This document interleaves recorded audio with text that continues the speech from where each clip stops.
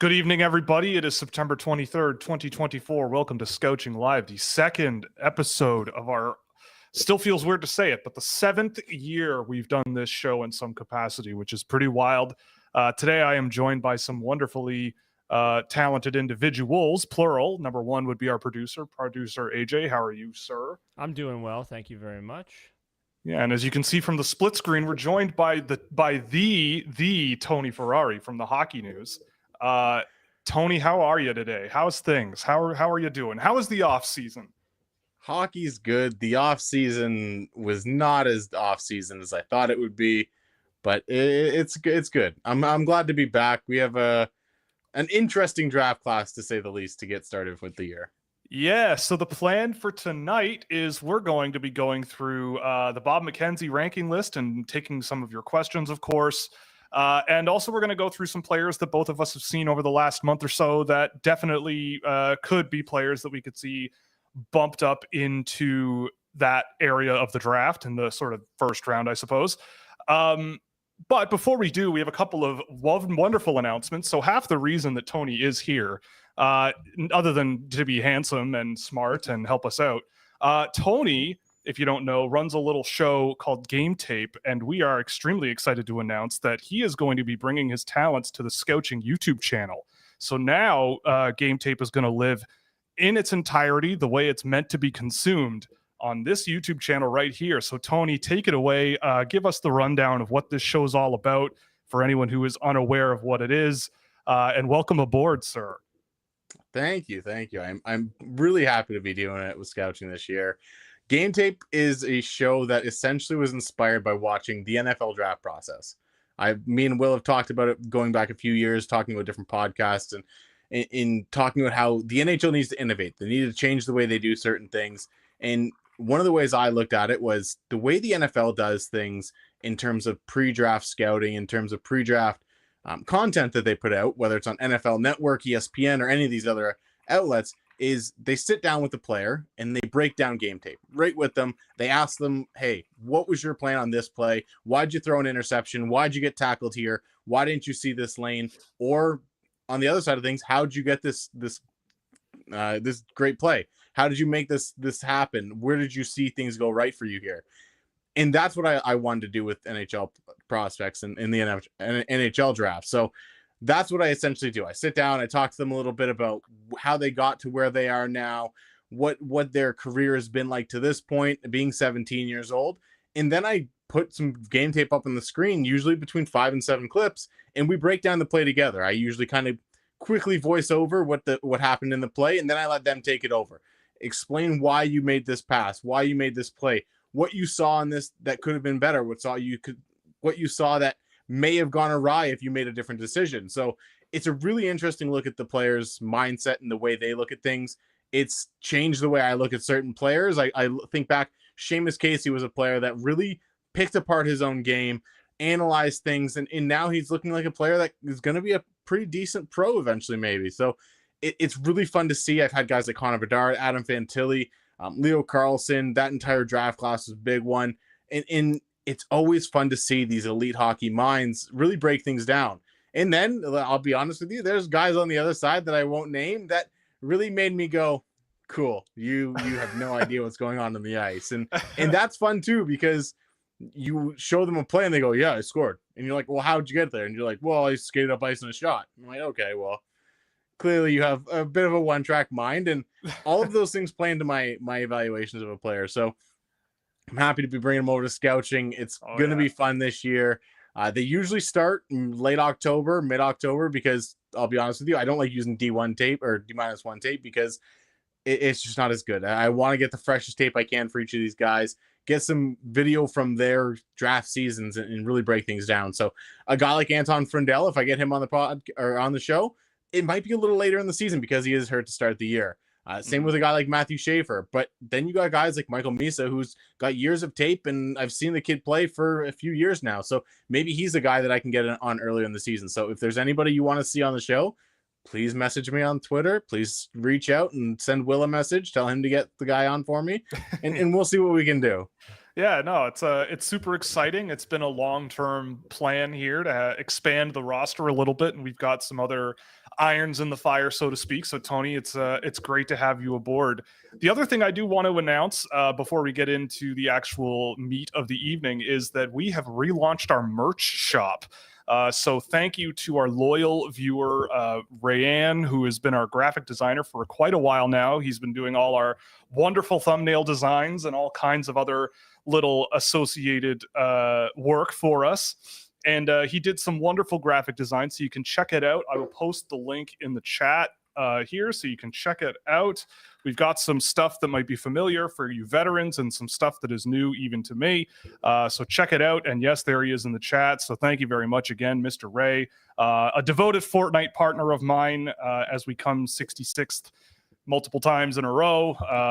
Good times had by all, but thank you very much for your help, and check it out at scouchwear.com and pick something out. It's hopefully, we had some problems with spring.com last time around. And as far as I can tell, we're using Fourth Wall now, and they're a much better service from my experience. So looking forward to seeing how this all goes, and check it out if you like. So Tony, in general, before we get into the specifics of the Bob McKenzie list, you and I kind of see things relatively similar, I would say, generally. But in your experience with this class as a whole, I've done my thing with a lot of data. I'm up to about 40, 45 guys at this point. How's the pulse for you? What's the vibe of the group so far for you? The vibe is, well, one, I'll say this because everyone's going to get on me if I don't. The QMJHL seems back. This is the first year I feel like I might rank a guy in the queue even decently high in the top 50. There might even be a first rounder or two. So it's fun to see that. But overall, this draft class has been weird. It's been a weird one. There's some guys at the top that are really good. I like the top end of this draft class. James Hagens, Porter Martone, Anton Frondell, even though he's hurt. The defensemen are a bit of a mess, I think, still. Everyone's anointing Matthew Schaefer, and I really like Matthew Schaefer as the number one defenseman. But I think guys like Logan Hensler, and there's a few Europeans that I like. It's going to be interesting to see how that defense group sorts itself out.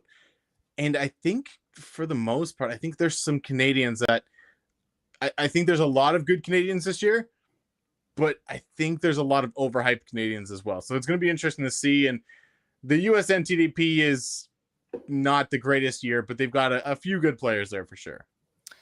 Yeah, I mean, largely I would agree. And it's funny you mentioned the Quebec League, because I agree. Like I've been, it's both of us have faced a little bit of heat for kind of setting Quebec aside a lot or holding it to a higher standard. But I think we have reason to do that. But I think this year there are some really interesting ones coming out of Quebec this year.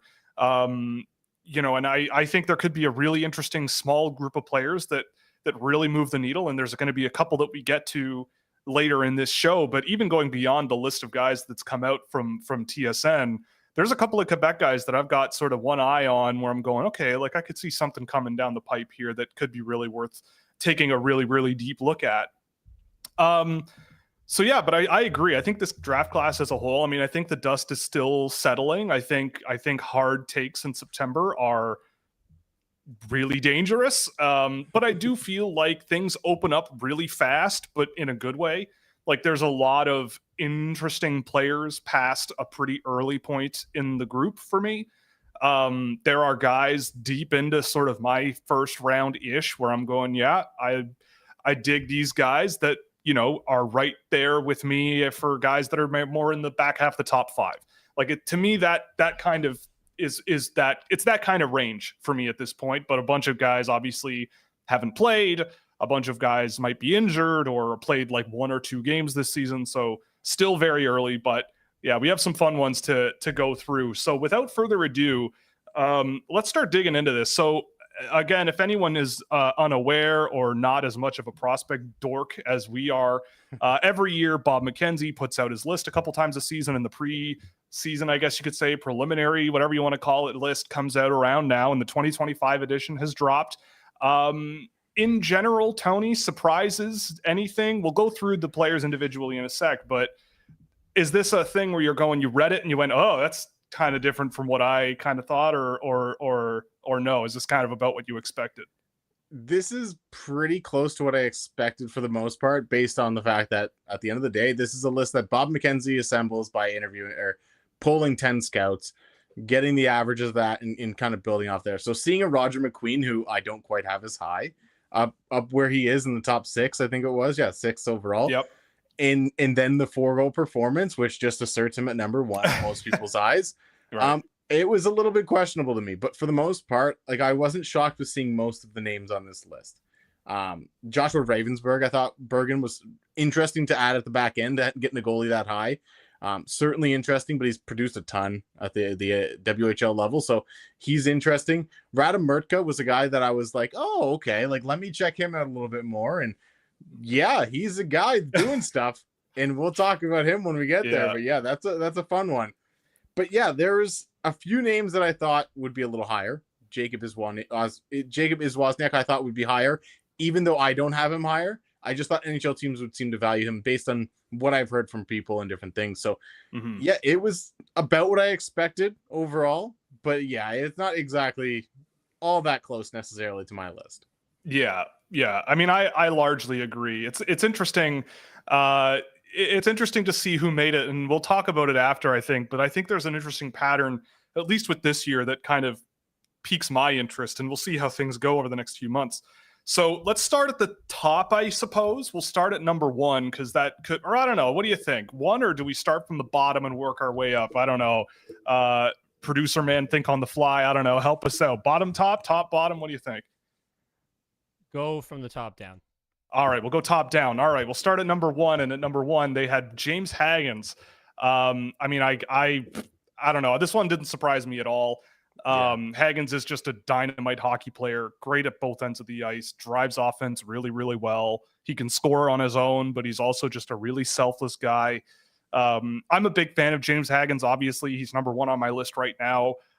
There are a couple of guys I think who could challenge him. I'm not totally devoted to the idea that he's number 1, but I also feel like there's going to be a time when he does start playing later in the year where I watch him and I go, okay, yeah, he's probably the guy for me at 1, and the other guys might push him a little, but it's going to be tough. So yeah, I mean, Tony, what are your thoughts on James Hagens this early in the season, even though he has not played a game? Yeah, I mean, he's an electric playmaker, high-end offensive talent, pushes the pace, makes sure everyone around him is elevated. It's really fun to watch. There's a reason in his D-1 Cole Eiersman was as highly touted as he was, because he got a lot of time with James Hagens. This kid really just was the motor for that entire NTDP team last year. Now going on to Boston College, it's going to be really fun to see how he adapts to the NCAA game, because unlike Adam Fantilli and even Macklin Celebrini to an extent, he doesn't have the same level of physicality in his game. So playing at that level may be a little bit more of a shock for him. With that said, I think he's just incredibly skilled, and he's going to put up a ton of points at the NCAA level. Those two kind of set a pretty high bar with winning the Hobey Baker, and maybe Hagens doesn't get there, but I think he's going to have a pretty unreal year at Boston College. And like you said, maybe like I do see a couple other guys on my list where I'm like, yeah, like they're kind of in the same grouping for that number 1 overall spot. But I think I won't be shocked by Christmas. We're watching the World Juniors and we're going, yeah, no, James Hagens is the guy. I would agree. I mean, I think that, again, he just brings so, like, where a guy like Macklin Celebrini brought a very balanced sort of offensive output, shot, passing, playmaking, smarts, a lot of it.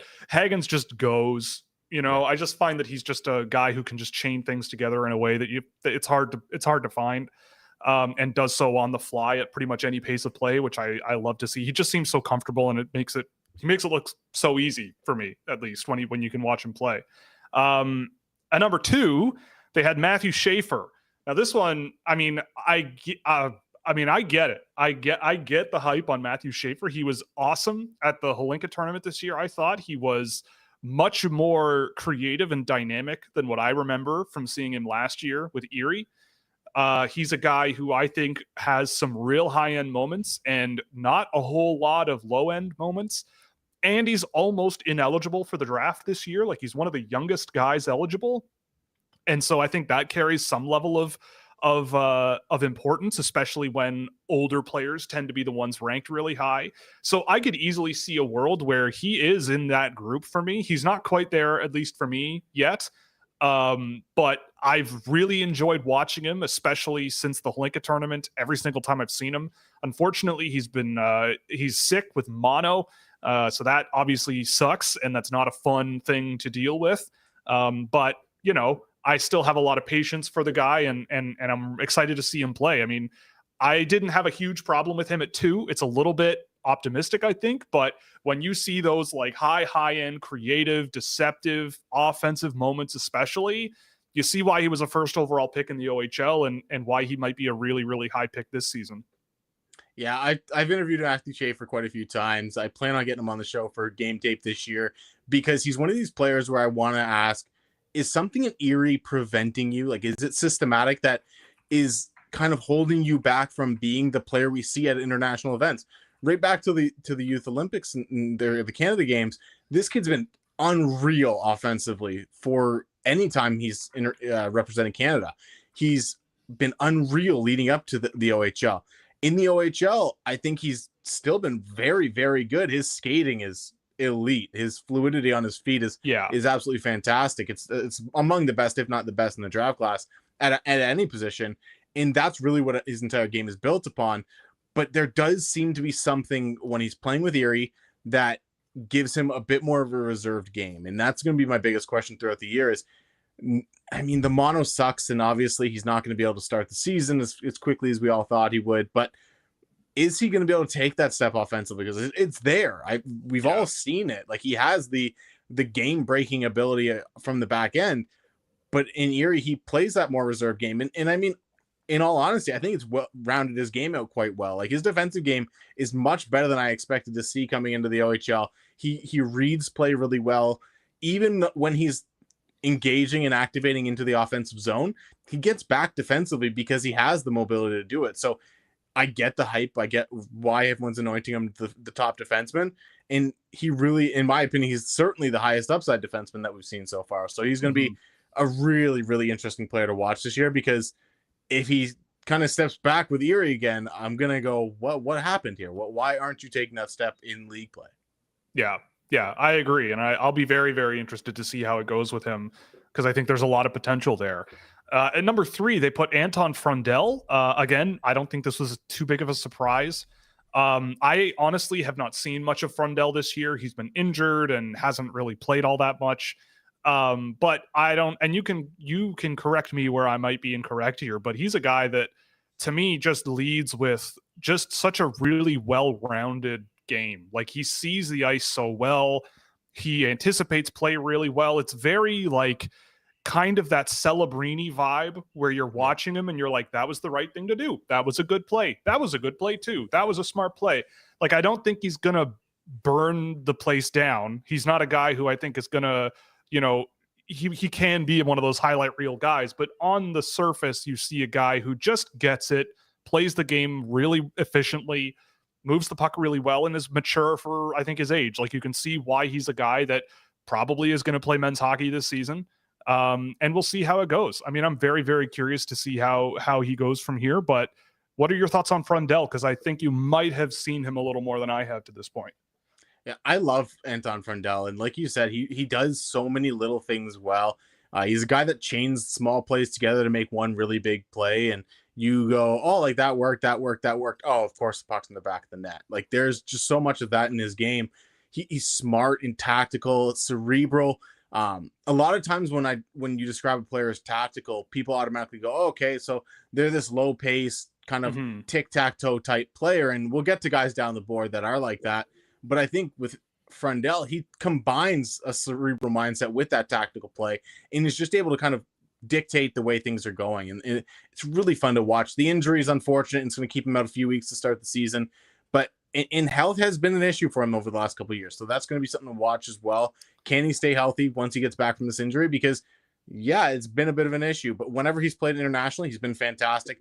He's known as one of the smarter guys on the team internationally. He's a hard worker. From all reports we've heard, coaches seem to love him. This is a guy that I think is going to play NHL minutes at a pretty high level. The biggest question is, does he have the elite offensive upside? And that's always the question with these guys. You compare the most recent Swede to come out in a similar position in Leo Carlsson, and Does he have kind of the same vibe? Does he have the same offensive upside as a guy like Leo Carlson? And that'll be kind of the question we want to see answered this year. Yeah, and again, like he'll have the advantage of playing men's hockey and playing in the second division in Sweden, so there will be a bit of a lower level of competition, but he should be able to get some good reps and some good minutes, and we'll see what happens. Number 4 is my boy, the guy who I think I've seen him probably the most out of all of these players over the years, because I actually did some work scouting him in AAA, and I loved him then. I love him now, and that's Porter Martone of the now Brampton Steelheads. I mean, I don't think he's a guy who could logically go first because Hagens is a natural center. That's valuable. But when you look at a guy who plays like NHL style hockey in 2024, it to me is Porter Martone. Like, not slow, still big, physical guy, but powerful, and really just has those flashy moments that it's just all in conjunction. You don't see that at that age very often, right? Like big, strong, powerful, but really skilled and also pretty creative with the puck. You know, a guy who is also an excellent finisher, both around the net, but also in open ice. He can score. A guy who can also embarrass your defenders. You know, he's just a really impressive all-around package of everything an NHL team is really looking for. For me, he's penciled in at number 2 right now. And I mean, I don't know. It's to me, it's the way that he plays and how well I think it would resonate in the NHL that puts him this high for me. And so seeing him at 4, I'm a little bit surprised, but I could see, you know, he didn't have the luxury of a Holinka tournament. Frondell, I think, has maybe a little bit more of like a field general vibe to him that I think teams might like, whereas Martone is more of this like brute strength, powerful, skilled guy. But what's your read on Martone? And be nice, because this is my boy, and you gotta be nice. You gotta be nice to him. Just, you know, welcome to the show, right? Well, I'm certainly not going to say anything bad about Porter Martone because I love this kid. He's so fun to watch. I think so many teams are like, oh, where's the next Brady Tkachuk? Where's the next Matthew Tkachuk? Where's the next, Yuri Slafkovsky, a guy that emerged last year. Porter Martone might be one of those guys and might be on the higher end of it. I think his skill is impressive. He plays with so much power. I remember one play last year that just sticks in my mind every time I think about Porter Martone, where he was driving wide. He just bowled over a defenseman and then absolutely dangled the other defender, putting the puck through his legs and roofing the puck as he goes laterally. Like things like that, you just don't see from players at this age, at this size. And he does it all with good speed. Like he's not a slow, like prodding player at all. So he's a guy that was driving play for that. I was going to say Mississauga Steelheads team, but he was on the Mississauga Steelheads last year. So yes. He was a guy driving play for that Steelheads team. He understands how to impact the game at both ends of the ice. I thought his defensive game grew a lot last year. We saw him at the U18s, and he was one of the best players there. As a guy that was one of the youngest players on the team, it's impressive to watch this guy play. I think he's going to be, if not the top pick, the second or third pick. Right now, he's at number 3 on my board. I think he's absolutely fantastic. And man, for me, I look at him and I go, he might be the best chance of unseating James Hagens. But the one thing is, he's just not a natural center. And that's always going to be a thing for NHL teams. And that's going to be the interesting thing is, can a winger unseat a natural center for the first overall pick? And I think he'd have to have a absolutely unreal season to do so. And probably a bit of a step back for Hagens and even guys like Frondell and stuff.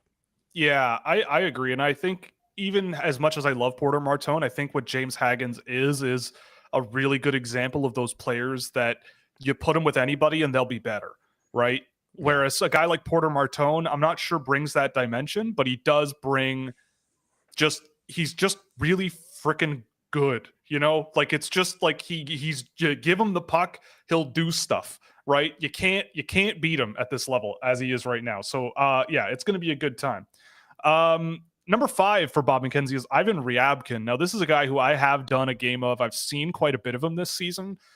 I'm going to be honest, I've been a little underwhelmed with what I've seen out of him this year. He's a guy who was very productive last year. There were comparisons to Ivan Demidov.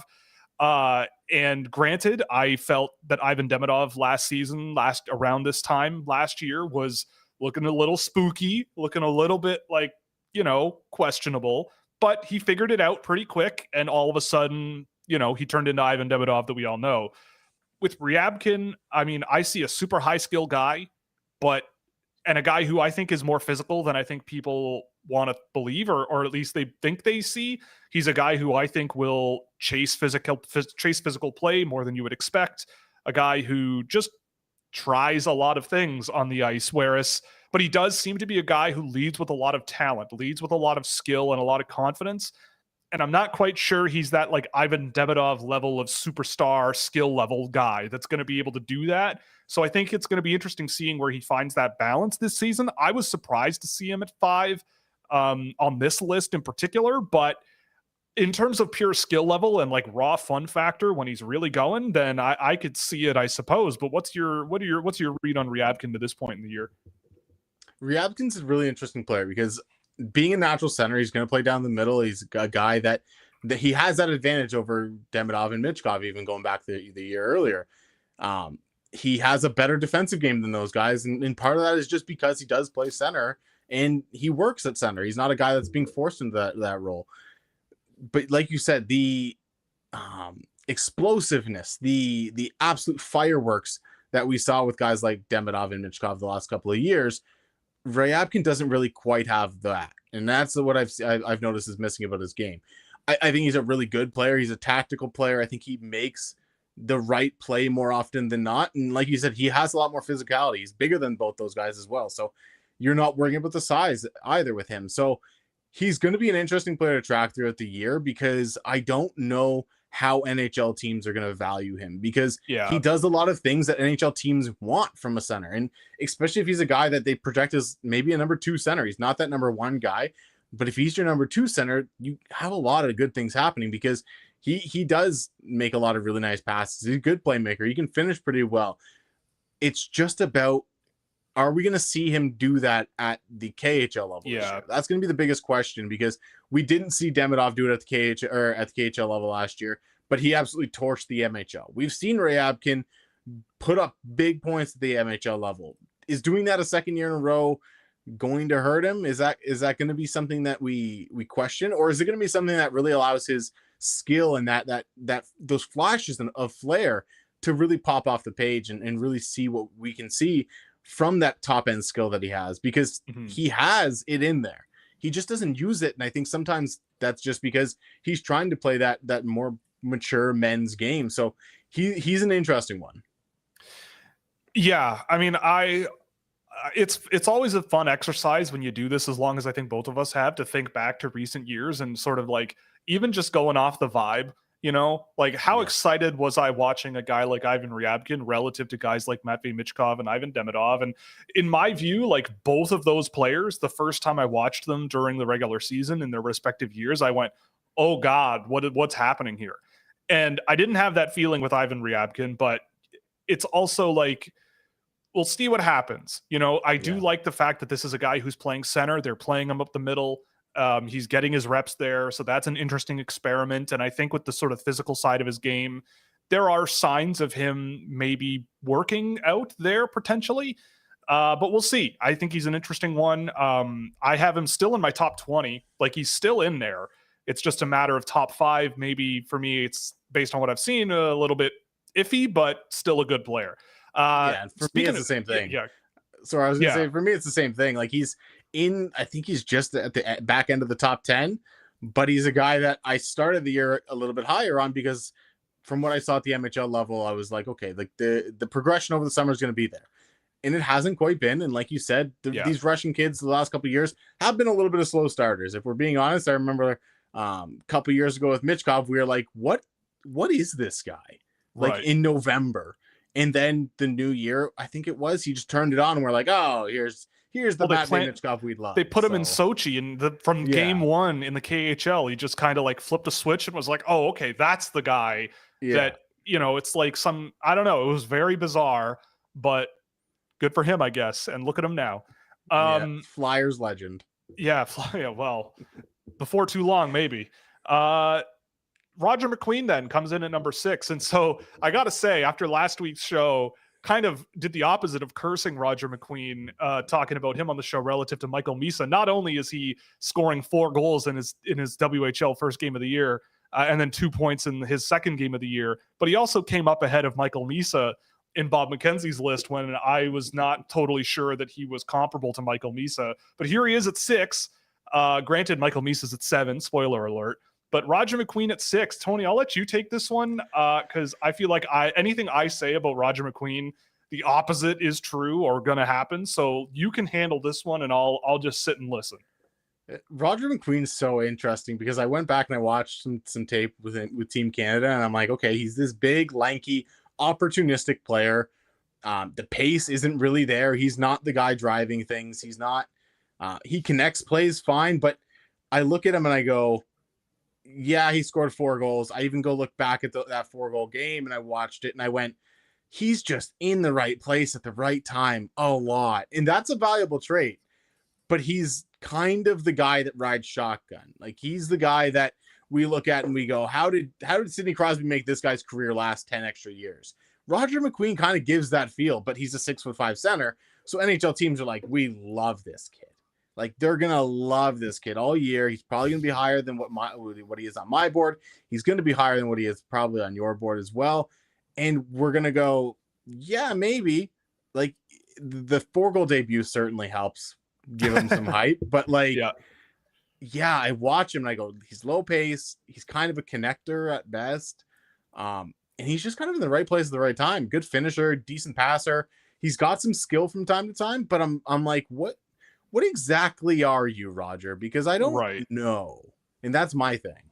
I mean, number one, I am so down for a hockey player who is this age where named Roger.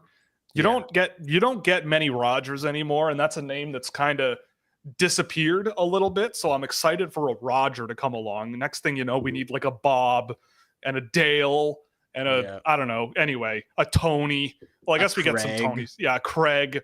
Yeah, exactly. But anyway, I mean, I don't know. For me with McQueen, after last week's show, I did go and watch some preseason footage of him because I hadn't seen much of him. And I see what teams are liking with him. I get it. And I actually had an NHL scout reach out to me after the show last week and go, here's my read of Roger McQueen. Like, just to give you some food for thought. And I can't be too specific, but basically it's like the idea of what he could be it's a good example of that, right? It's not that he's there now, but it's what he's gonna be in 3, 4, 5 years, right? Because he does have the natural skill, which for a lanky guy that big, you don't find that very often. And what I noticed in the preseason tape that I saw that I didn't really notice much of last year was, in terms of I'm going to get the puck below my goal line and carry it into the offensive zone, there wasn't a whole lot of that with McQueen. Like, he's not a quarterback in that sense, but especially off the puck, he uses his size and natural strength really well to jump into gaps, jump into holes. He spots a seam off the puck. He can gallop in there really quickly and sort of create little pockets and gaps for himself. And he uses his body really effectively to protect the puck and make plays. Like one of the goals he scored the other night, the one that I thought was really intriguing about him was he just made that really strong power cut to the net from the goal line, cut the puck across his body, just a nice little finesse move that really showcased, I think, what teams are looking at with him that I thought was probably, in terms of looking at him as an NHL player, probably one of the more impressive moments of that game. So yeah, I have a lot higher hopes for McQueen after seeing him in preseason and seeing a bit of the last 2 games that he's played in Brandon. I still feel like a top 6 is a little bit, it's you're buying the optimism. I think I will say that from what I've liked of him relative to what I saw of Ivan Ryabkin, I'm leaning a little more in the McQueen direction because I look at what the NHL is like and I go, boy, if it hits, right, it's going to hit big with him and it's going to be an interesting one. So I expect him to be a very productive player this year. I expect him to be a high pick and I expect him to be an NHL player of some kind. Like you mentioned, you kind of beat around it a little bit, but he seems to be one of those guys who I think could be a very, very, very high-end complementary offensive guy in a good way. You know, he's not going to be your top line center who drives the play up the ice all night long and that Dylan Larkin type of guy, but he's going to be, you put him with some quicker players and you just trust him to go to the right spots. You trust him to find space. You trust him to do those things and then get greasy, right? He's a guy who shows that ability to do that in a positive way. And we'll see what happens with him. But yeah, in the last week, I've definitely seen a lot more of him that I've liked. And even then, though, seeing him at 6, I went, okay, like I get it, but also, wow, okay, let's see where this goes. At number 7, though, they've got Michael Misa, and Michael Misa is probably, I think, the first guy here. Well, maybe Frondell would be the first, but one of the best players on this list to me that is these smarty pants guys.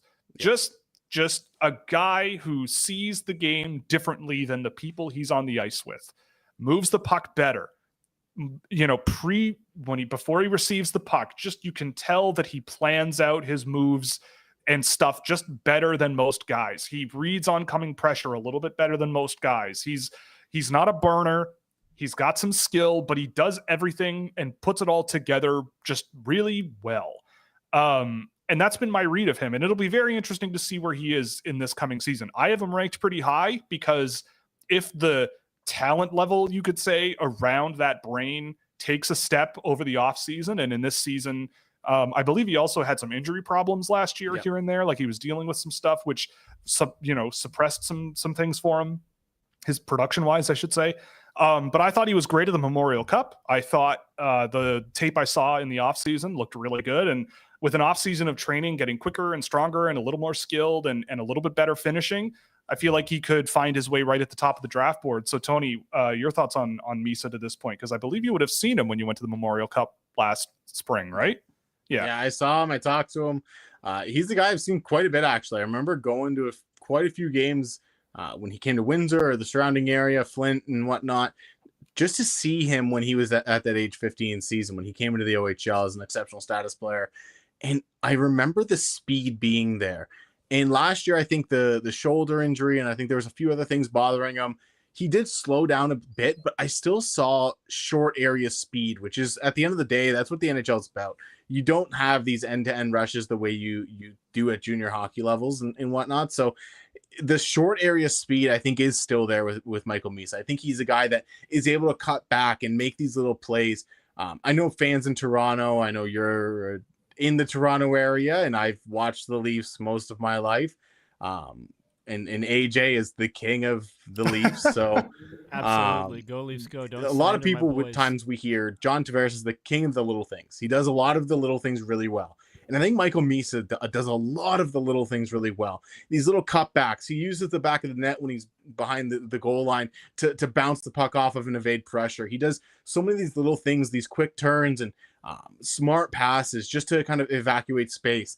There's a lot to like in Michael Misa's game. And I think, like you said, if he can be healthy this year, that talent level takes that next step to where we thought it could maybe in that age 15 season, because he was scoring the lights out as a 15-year-old. He was one of the most productive players as a 15-year-old in that exceptional status season.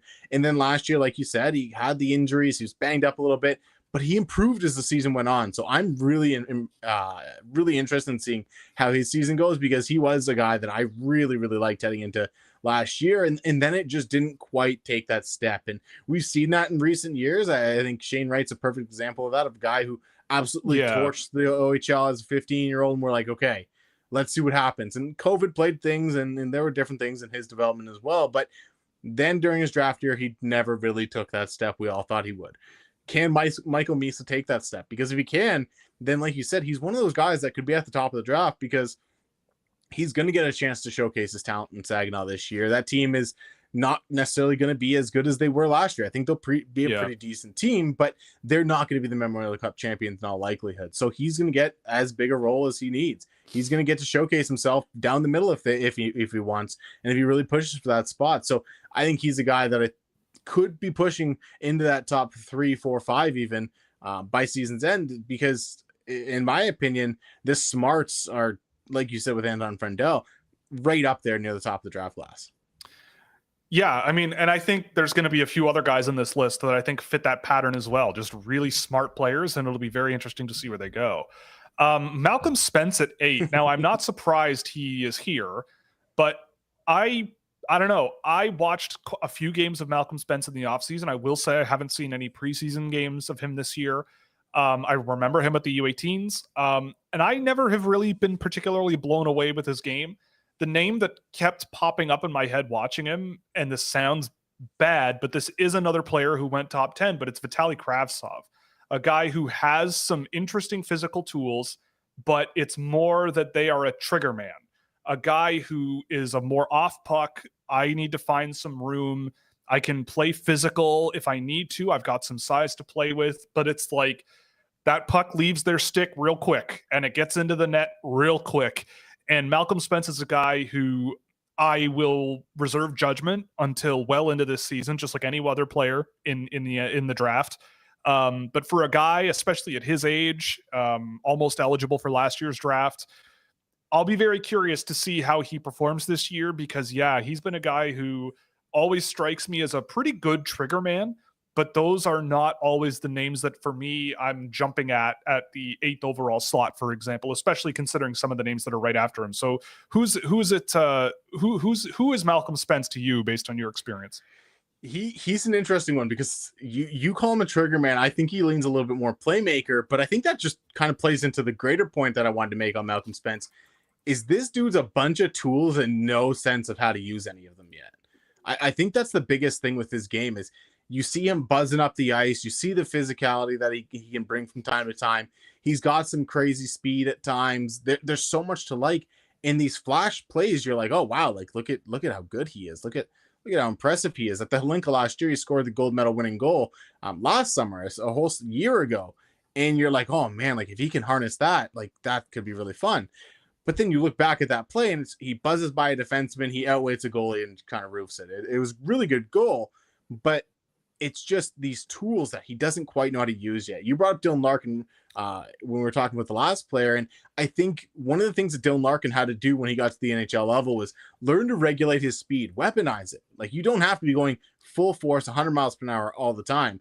And I think with Malcolm Spence, it's either 0 or 100. He doesn't have anything in between. He's either going 1,000 miles a minute or he's kind of just floating around waiting for something to happen around him. So he's got the tools. He has a good shot. I want him to use it way more this year because he certainly did not use it enough last year. And he shows some crafty playmaking too every once in a while, but nothing ever seems to come together all at once. And that's my biggest thing with Malcolm Spence is I really like what he could be, but I have no idea what he could be. Mm-hmm. Yeah, I mean, I agree. And I will admit he's a guy that I haven't seen as much of. But I'm very excited to see him because there have been, like you said, those moments where you're like, okay, I get it. I see why this guy is so highly coveted. I remember watching him in AAA and seeing the hype. I still liked Porter Martone more. I still always kept going back to Porter Martone every single time, but we'll stop talking about Porter Martone and move on to Logan Hensler at number 9. This is an interesting one because I've been watching Hensler for quite a while now, thanks to Puck Preps, and I'm very interested in this guy. He's tall. He's pretty filled out. He's a decent sized young man and he can really get up and down the ice. He can put his head down and really get motoring. I'm still not entirely sure where he's playing this year, but I imagine his college commitment. Wisconsin. Yeah, it's Wisconsin. That's what I thought. Because it says his commitment is for a couple of years from now, but that doesn't make sense. Anyway, either way, I mean, I'm a fan of him. I think he brings a lot of really intriguing tools, but for me, it's the ability to manage the puck. I think that's going to be the big thing for me. But I do feel like there's a little bit of that like Jake Sanderson style guy where you see a lot of really good tools and some strong, solid defending, but the whole picture hasn't quite come together yet. And we'll see what happens, but I feel like he could be a very interesting one. And he's in my top 10 to say, just for posterity for now, he's in my top 10 as well. So Logan Hensler, what are your thoughts on him? I'm a big fan of Logan Hensler. And this is why when I was talking about Matthew Schaefer being anointed the number 1 defenseman, I kind of pumped the brakes a little bit because I'm a big Logan Hensler guy. I think we look back at Sam Dickinson last year and we're like, he has the tools. He's a big boy. He can get motoring. He does a lot of things, but every once in a while he just seems to blow his brain out with the decision he makes. And it's crazy sometimes what he did. Mm-hmm. And I talked to you and I think I talked to Sam last year friend of the show, Sam McGilligan, about how Logan Hensler seems to be what Sam Dickinson is supposed to be more consistently. And that was a year ago. That was before his draft year. So I think Logan Hensler is a guy that can certainly go in the top 10 this year. I think he's going to be a guy that's going to be really interesting because that University of Wisconsin program has been up and down. That's a nice way to put it. Yeah, sure. It hasn't been the greatest for developing programs. It's turning around. It's been better in the last year or two. But there have been some wonky moments in terms of development of players there. There's a reason a lot of guys left early a few years back. And it'll be interesting to see how Logan Hensler kind of adapts to the NCAA level, because you mentioned his mobility, his size. I think his defensive game is going to translate, and he's going to be able to play regular minutes. It's going to be about whether or not he can add that offensive game. Mm-hmm. Do I think we're going to get a Z William or even an Artem Levshinov productions type of season? Probably not, but I think we're going to get a solid year overall, I think. Yeah, I think he's a guy where you might look at the NHL year's production and go, okay, why is this guy going top 10? But he's a guy where you're going to be like, yeah, but you kind of want a guy like him on your NHL team if he works the way I think he could, right? Like you want a guy that plays like him, and work with him, see where he is in the next few years. The next one surprised me. This one took me through for a bit of a trip, and that's Caleb Desnoyers at 10. Now, I will say, in the Holinka tournament, Desnoyers was one of the players that I jotted down most often on Canada. I thought that in terms of stitching play together, being that catch and release, not shooter, but a catch and release playmaker, you find him in space, he'll make a play, he'll cut to the scoring areas, he'll do what he needs to do to get the job done. To me, it's all about projecting him to the NHL. That's a bit of a question mark for me, and I haven't seen him in the queue yet this season. Actually, that's not true. I did watch a bit of him last night preparing for this. But, I mean, I didn't see a top 10 player there, but for me, I mean, first round pick doesn't seem completely outlandish based on just him being a really smart, well-rounded player. So what are your thoughts on Caleb Desnoyers? Because for me, top 10 is a bit much, but we'll see. Yeah, I think top 10 is a bit rich for me personally. The thing I noted all the time throughout the Holinka was just a quick decision maker. He always seemed to know what he wanted to do with the puck. As soon as he got it, he knew where it was going next. He was a guy that flipped the ice a lot of times in terms of his passing. There'd be so many times where he'd get the puck on his own entry, and then he'd automatically make the goalie move laterally with a pass. And as soon as you start making the goalie move laterally and you're connecting on those passes, things get a little hectic in the defensive zone, and he was able to take advantage of that a lot of times. So I really like what I saw from him. I mentioned the QMJHL having a much better year this year. Caleb Desnoyers is a big reason for it. So I like Desnoyers. I think top 10's a bit rich. But I want to see him at the WHL level. I want to see him with Moncton and how he does this year and just exactly what we see, because he produced a ton last year in the QMJHL. And as we've noted, it's not always the hardest thing to do, but I want to see some substance behind those points. I want to see what him driving play and being a bit more of an impact player, even when he's not necessarily just making those quick one-touch passes and different things. So he's an interesting one. Top 10 was probably a little bit rich for me, though. Yeah. Okay, so let's start the bottom 10 or the second group of 10 here, and we'll try to get through these relatively quickly, and then we can get to some questions. But at 11, we've got Will Moore. I will say I don't have a great grasp on Will Moore yet. I watched him a few times last year, and I think he brings a really nice combination of physical tools and especially just a lot of stability in his game. Like, I felt like he's a guy who just makes good plays and has some good skill as well. Like, he's a kind of like a mini Porter Martone to me, just a guy but he plays center. Just a guy who controls the puck really well and has a bit of flair to him as well. But I don't know if you have more on Will Moore, but for me, I have no problem with him here. He's in this range for me as well, just because I think that guys like him that are well-rounded and physical and skilled are tough to come by and at his level, and he certainly deserves billing, I think, in this range, at least for now. Yeah, I think he fits into this range. He is a weird player, though, because I went back and I watched quite a few games from him last year, because the first game I watched, I was like, okay, this is a guy that just was very one-dimensional. He had tunnel vision. It didn't seem like he was doing a whole lot to use his teammates. I was really questioning like what I had known about Will Moore at that point. And then I watched other games, and he was that more tactical playmaker guy, a guy that's making a lot. We talked about Caleb Desnoyers making these really anticipatory passes, putting the puck in space. And that was what Wilmore was doing. He was doing it at a high level. So I want to see some consistency from his game this year. His skating is a little bit wonky. It's got some weirdness to it, but when he gets moving, he can get moving. So I think he's going to be an interesting player to watch this year, and certainly in this range. Yeah, I agree. And I'll be the NTDP is the group that I'm digging into over the next few days. So we'll see. I'll probably have a better grasp on Moore later on. At 12, they put Radim Mrtka. Now this one, I don't know how much of this guy you've seen. I know you have gone and seen him since this happened, since this came out, but I mean, I saw him at the Lincoln tournament. I went, okay, I see why people like him. He's a project though. Like, I feel like he's not quite there yet, but if he hits, boy, howdy, he's going to be a lot of fun. But then I went and watched him in the Champions League, which, if you're not aware, is the European professional tournament where every country in Europe has a team in there. Every country that plays hockey, I should say. And Mrtka was playing solid minutes. And honestly, not only did he not look out of place, but I have him labeled as the best player that I've tracked this season so far. Like a guy who, you know, I will say, he took 2 shots in the game that I did. Both of them were horrible. The guy, I don't think, is from the point much of a shooter, right? Like Carter Yakimchuk, he is not. This is a guy who is more of a finesse skater with length and just a great grasp on how to play defense.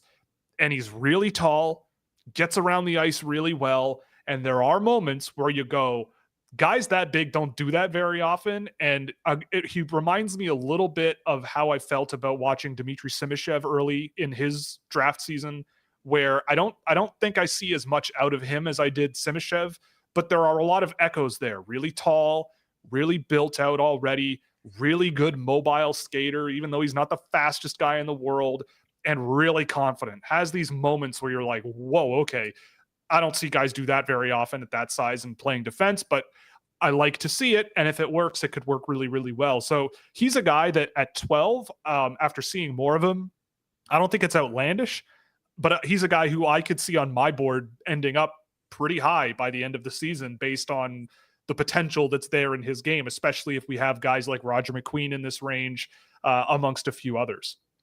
Yeah, I think the biggest thing for me is I watched him at the Lincoln. I went, okay, cool. Like there's something here, and I put him on my list and whatnot. And then I remember this list came out, and I went, what are we doing here at top to 12?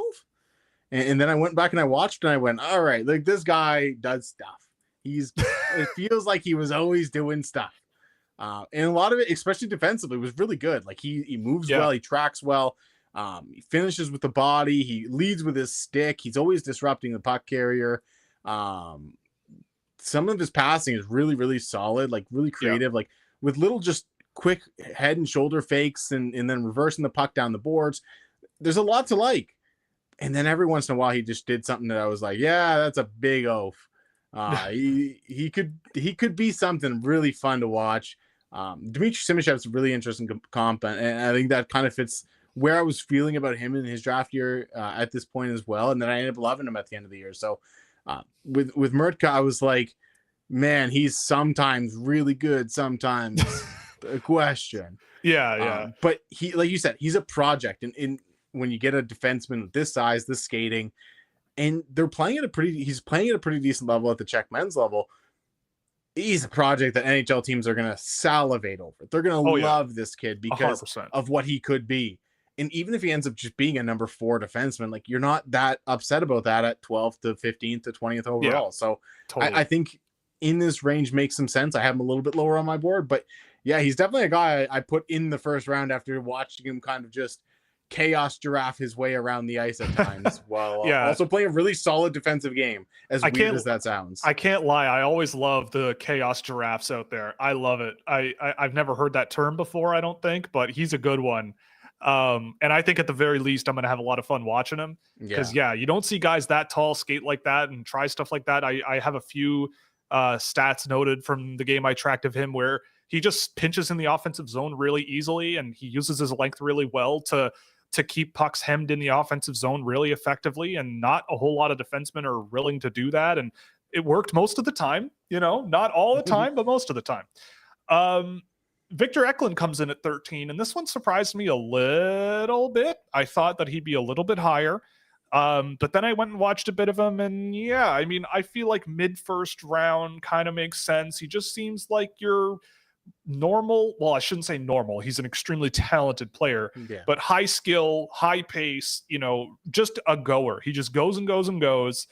Sometimes it's a little too much, and he can sort of overskate or overplay or whatever. But he's a guy who I think could have a pretty decent burn over the year, especially if he's playing at the men's level most of the year. Maybe starts out a little bit unproductive and people go, okay, maybe he's not going to score against men. But then he starts to sort of figure it out and get somewhere, because I've really liked the raw ability with Victor Eklund. I think he's a little bit different than his brother. For anyone who doesn't know, he's Will Eklund's brother. And I think that Will Eklund brings a lot more of that board play, that evasiveness, that creativity, whereas Victor Eklund brings a lot more just raw intensity and pace and skill to the game, up and down the ice a little bit more, which might work in his benefit relative to William, because I feel like William's weakness has been that sort of up and down the ice style of play that the NHL sometimes requires, but he does seem to be getting better at it. So for Eklund, we'll see what happens with him, but what are your thoughts on him? Because he's another one where I've had him, it's a bit of a tricky time for me with him. Yeah, he's all out intensity. He's just going every second that he's on the ice, and you love to see that, because it's much easier to kind of rein a player in and get him to play within a system when he's already willing to go full force than to kind of motivate a player. So it's really interesting to see him do that. I like the speed, the pace he plays with. I think that he does have some similarities to his brother. Like you mentioned the board to middle plays. I think Victor does some of it, not to the same methodical taking the puck off of other players, but he'll go crash into a battle and come out with the puck at times, and you're like, I don't know how he got that puck, but cool. And then he gets to the middle of the ice, and I think that's a really good trait to have. Like you said, middle of the first round makes a lot of sense, because he's got the speed, he's got the skill. It's about figuring out how to use it all at the men's level, and I hope he gets a chance to do that with Djurgården. Yeah, I agree. He's the one that I'll have my eye on very, very closely. At 14, we've got Brantford Bulldog Jake O'Brien, a guy who Puck Prep's OHL scout Jordan Millette is already pulling his hair out about. I can feel it whenever I talk to him. But you know what? Similar to Desnoyers, O'Brien was a guy who he's kind of like the OHL's Caleb Desnoyers, like a guy who you don't notice a whole lot, but then they make a play or two every 5 or 6 minutes, and you're like, okay, that was great. Like, really, you can see why he was productive last year in the OHL. Just makes really smart plays a lot of the time. You rarely see him like take over a shift, but you can see him take over an offensive zone possession, with just little plays that factor in those little things. He's another one of these guys where I think you look at the smarts and just the way they see the ice and the simplicity in their game, and I think NHL scouts really value it, because I think that's what puts them in this range. What's your read on Jake O'Brien to this point? Yeah, he's a crafty playmaker. He's a guy that I think sees lanes develop before they develop, and he uses little fakes in different things to manipulate defenders into getting in or out of the way that he wants, and it's really interesting to watch. I don't know if I have him this high personally, and I think I lean a little bit more towards where Jordan is with. I watch him and I go, okay, like he made like 3 good plays in that game, and they all ended up being assists, but those were kind of the only good three plays I saw from him at times. So he's interesting, because when those plays really are fantastic, like putting pucks through guys' legs with a pass, and just finding a guy right at the back door, or threading the puck through the crease on a cross ice pass. Like there's so many little things that you see, and you're like, okay, he's clearly a high end passer, but like I question sometimes, like, what else are you gonna do consistently enough to warrant being a guy that probably ends up playing in the top 9? Yeah, I think he's going to be one of those ones where I can already tell, based on what I've seen so far, I'll be very curious to see because he's on this list of players now for me, where it's like, I can acquiesce to people who really like him and really think that there's a good NHL player there. I'll let them take what I think is a chance and see where it is in 5 years. Right. And just added him to the list of guys where I'm like, I get it. I don't see it as much as you do, but let's see how this works out, right? And we'll see where he is. And I think there's a few of those guys in this list so far. At 15, we got Charlie Trethewey, a guy who I listened to games on mute. I watched an NTDP game today, and he was in it. He was playing, and I thought he played pretty well in that game. But I've never really thought top 15 pick with Charlie Trethewey. I feel like the production last year is what kind of gets him in this range. But he is a player with a pretty good shot from the point. I think he's a crafty pass first guy. I think his skating is a bit of a limitation as it is now. And he's a guy that relies a lot more on slinging the puck around the ice. But yeah, for me, he's not in my top 15. But I also am not super familiar with him, and he's going to be on the list for this week for me to track. So I'll have a better idea next week. But what are your thoughts on Trethewey to this point? Trethewey, whatever it is. as with you, I listen to a lot of my games on mute. I'll be listening to music or whatever else while I watch. And I also watched a game of the NTDP today, and Trethewey is how I'm gonna say it, because Trethewey, it just sounds a little funny. But yeah, I watched him, and he was pretty good. Like you said, the skating is a bit of a limitation, and he mostly makes really good decisions. In the game I watched today, he made great decisions as a passer in his own zone. Good breakout pass, like you said, flinging it all over the ice. The one mistake he kind of made didn't end up biting him in the butt, but he just threw a pizza up the middle that just right onto a guy's stick, and it bounced off the guy's stick, and his defensive partner was able to collect the loose puck. But I'm like, that could have ended so poorly. And then he ends up with an assist later in the game on a pass that was almost the exact same pass, but there was no one in the vicinity, and it ends up going up the ice for him. Really fun passer, like you said. And I like his physicality as well. Leads with the stick when he defends. There's a lot there, but yeah, the skating is a bit of an issue. Top 15, I don't know if I see that, but right. US NTDP defenders always seem to get a little bit of hype early in the year. I remember Tyler Clevin was a guy people loved early Will in the draft year. was another one. Yeah, Will Skayen, and they end up being decent players. I mean, Sens legend Tyler Clevin is just gonna beat up on the Leafs all year, I'm assuming. So it's gonna be fun to watch. But yeah, I think he's a guy that probably ends up going in the second round at the end of the season. But for now, top 15, sure. Like it kind of makes sense with recent trends, at least early in the season. Yeah. At 16th, they put Cole Reschny. Again, to me, he's the WHL Caleb Desnoyers, Jack O'Brien type guy. Again, it's this really smart puck moving guy who makes really high end plays. I will say, out of the three of those guys at the Holinka tournament, I enjoyed him the most. I noted him for at least the pace of his game being a little bit higher, the skill level being a little bit higher, and just working off of guys like Cameron Schmidt really, really well, and just making life easier for everyone. So I love players like that. And I think that he's a guy that if I had to put an order those three players who I think scratch similar itches, he probably would be number one for me right now. But yeah, I've been a big fan of Reschny. I don't know what else to really say about him. Just a really, really smart offensive playmaker who can stitch a play together through the neutral zone. You know, he might not be the fastest, most evasive player, but he kind of gets the job done. And I'm not sure how he's done so far in the WHL season this season, but every time I've seen him, I've liked him. So what are your thoughts on Reschny before we start getting to the last few names here? Yeah, it's going to sound a lot like Desnoyers, a lot like O'Brien, like you said. Crafty playmaker, really good passer. I do think he has more pace to his game, like you said. I think he has a little bit less physicality than a guy like Desnoyers, though. I think, like sometimes he shies right away from any contact along the boards, and that's going to be an issue. And I think that's probably why surveying NHL scouts on Bob's list, he ends up below those guys.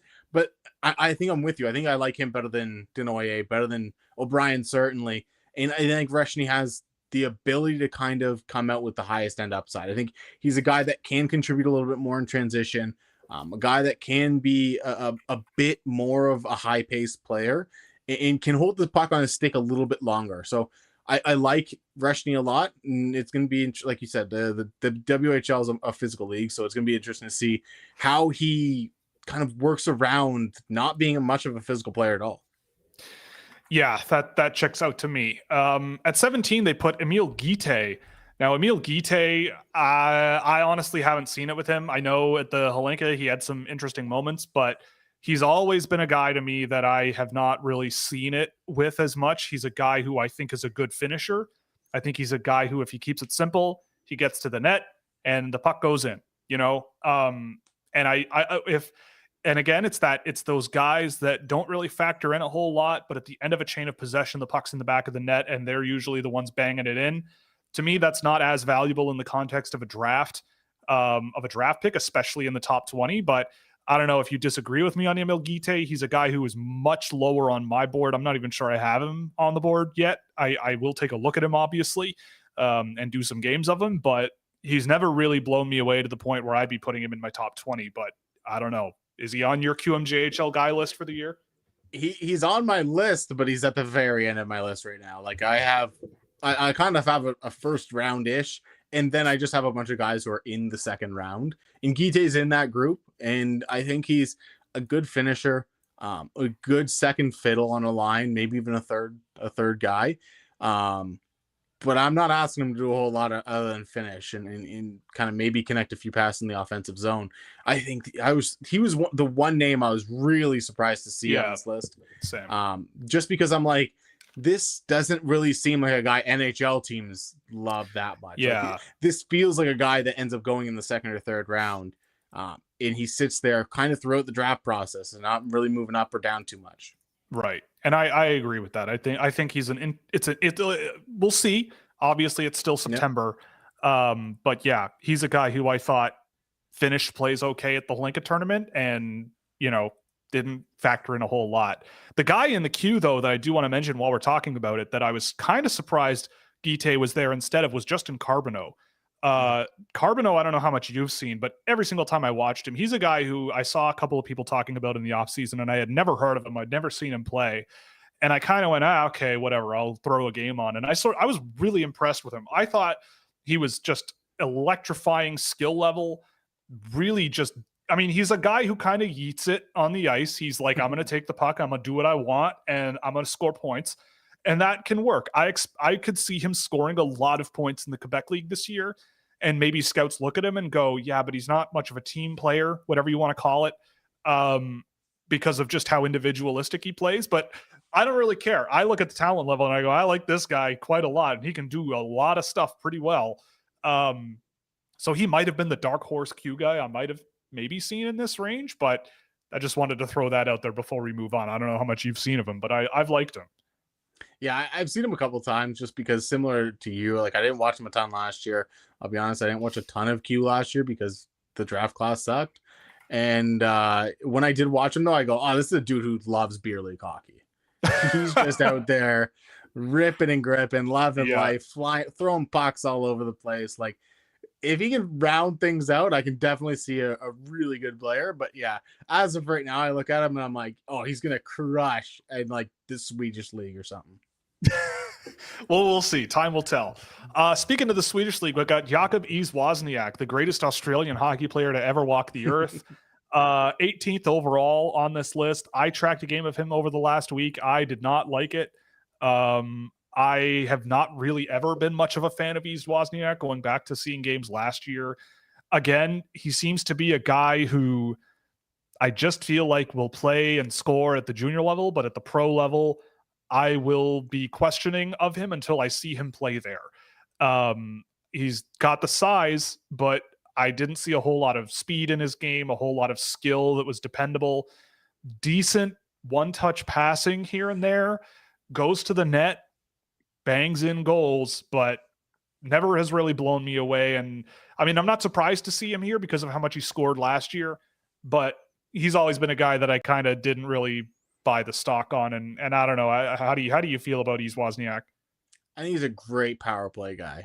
He doesn't need to amp up the pace. He doesn't need to do a whole lot of moving around too much, because I think he's a low pace, smart passer. And that's what I kind of come away from his game. So on the power play, that works. I think he's going to put up points in the power play wherever he plays. But I really question his 5-on-5 game. And that's going to be the biggest thing I watch throughout the year, because power play is so unreliable. If you don't get one in a game, a guy like this probably isn't a factor. Yeah. And I've seen his team a couple of times this year now.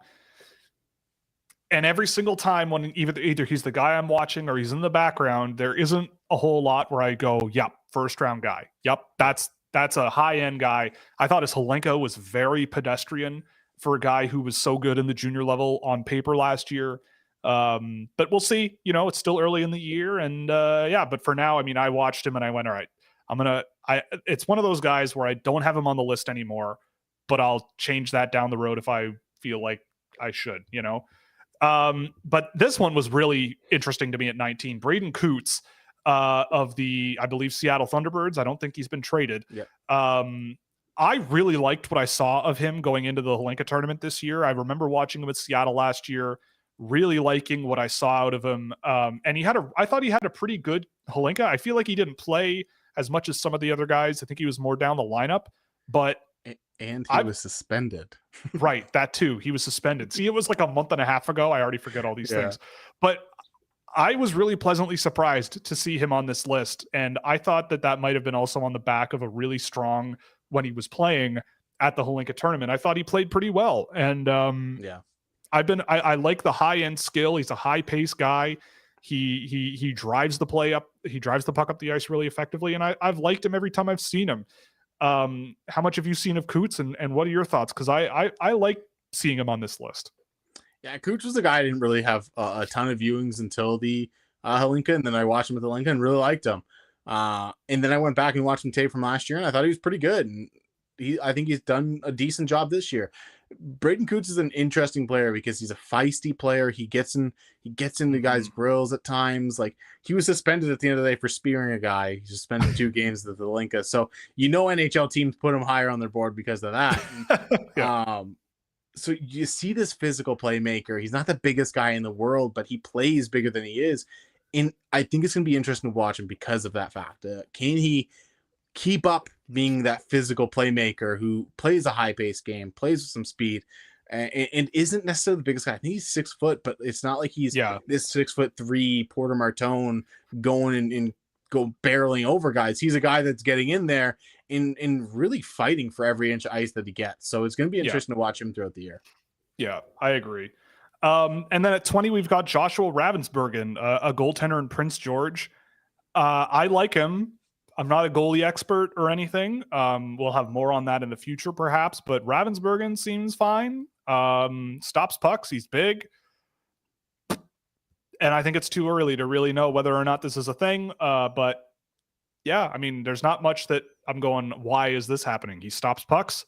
He's got size. Cool. I don't know. I don't know if you have anything different on him. No, it's big, stops pucks, like you said. I think he had a 931 save percentage in 12 games in the playoff last year. Played a lot, 38 games, almost 40 games for Prince George last year. So he has some experience. He's never played for Team Canada and represented. So I think that's kind of an interesting thing because generally NHL teams love guys that play for Team Canada. So that's interesting. We'll see. We'll see with this guy because NHL teams love big goalies, and heading into the year, you see a guy like Jack Ivankovic who absolutely tore it up in the OHL last year. Really good goalie. I think I really like Ivankovic, but he's 6 foot. Similar issue to a guy like Ryerson Leanders, even Carter George last year. They're not big guys. Ravensburgen's a big guy. And I think that's, at the end of the day, what NHL teams value in that. Yeah. So that's the top 20 on Bob McKenzie's list. So what we wanted to do before we get into the questions and close out the show is go through some guys that we might have thrown on that list that were not there. So Tony, I'll let you go first because I've been talking a lot. But who are some names that, and if we have our names in front of us, but if you have anyone that's on mine, fire it off and I'll nod in agreement, but take it away. And who are the guys that you probably would have thrown in there that weren't there? Yeah, the 2 guys that I think both of us had were LJ Mooney and Adam Benak. Adam Benak specifically, like, just what an unreal playmaker.